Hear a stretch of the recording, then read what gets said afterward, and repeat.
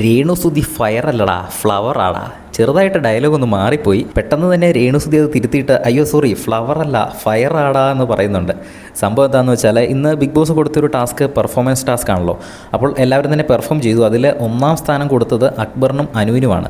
ഇതിൻ്റെ അകത്ത് ജഡ്ജായിട്ടിരിക്കുന്നത് നമ്മുടെ മിഡ് വീക്ക് എവിഷനിലുള്ള അവർ തന്നെയാണ്. അപ്പോൾ രേണുസുതി അടക്കമുള്ളവരാണ് അക്ബറിനും അനുവിനും 1ാം സ്ഥാനം കൊടുത്തത്. അപ്പോൾ രേണുസുതി 1ാം സ്ഥാനം കിട്ടിയ അക്ബറിനെയും അനുവിനെയും പറ്റി പറഞ്ഞത്, ഞാനും അക്ബറും തമ്മിൽ ചെറിയൊരു ഫൈറ്റ് ഇതിൻ്റെ ഇടയിൽ കൂടെ നടക്കുന്നുണ്ട്. സംഭവം സെപ്റ്റിക് ടാങ്ക് എന്ന് വിളിച്ച വിഷയം അത് ഇതുവരെ തീർന്നില്ലല്ലോ. അപ്പോൾ അങ്ങനെ ഒരു ഫൈറ്റ് നടക്കുന്നതിൻ്റെ ഇടയിലും ഞാൻ അക്ബറിനെ സപ്പോർട്ട് ചെയ്തു. അതെന്തുകൊണ്ടാണെന്ന് വെച്ചാൽ അവരുടെ പെർഫോമൻസ് ഞാൻ എൻജോയ് ചെയ്തു. അപ്പോൾ ഞാൻ അവന് പോയിൻ്റ് കൊടുത്തു.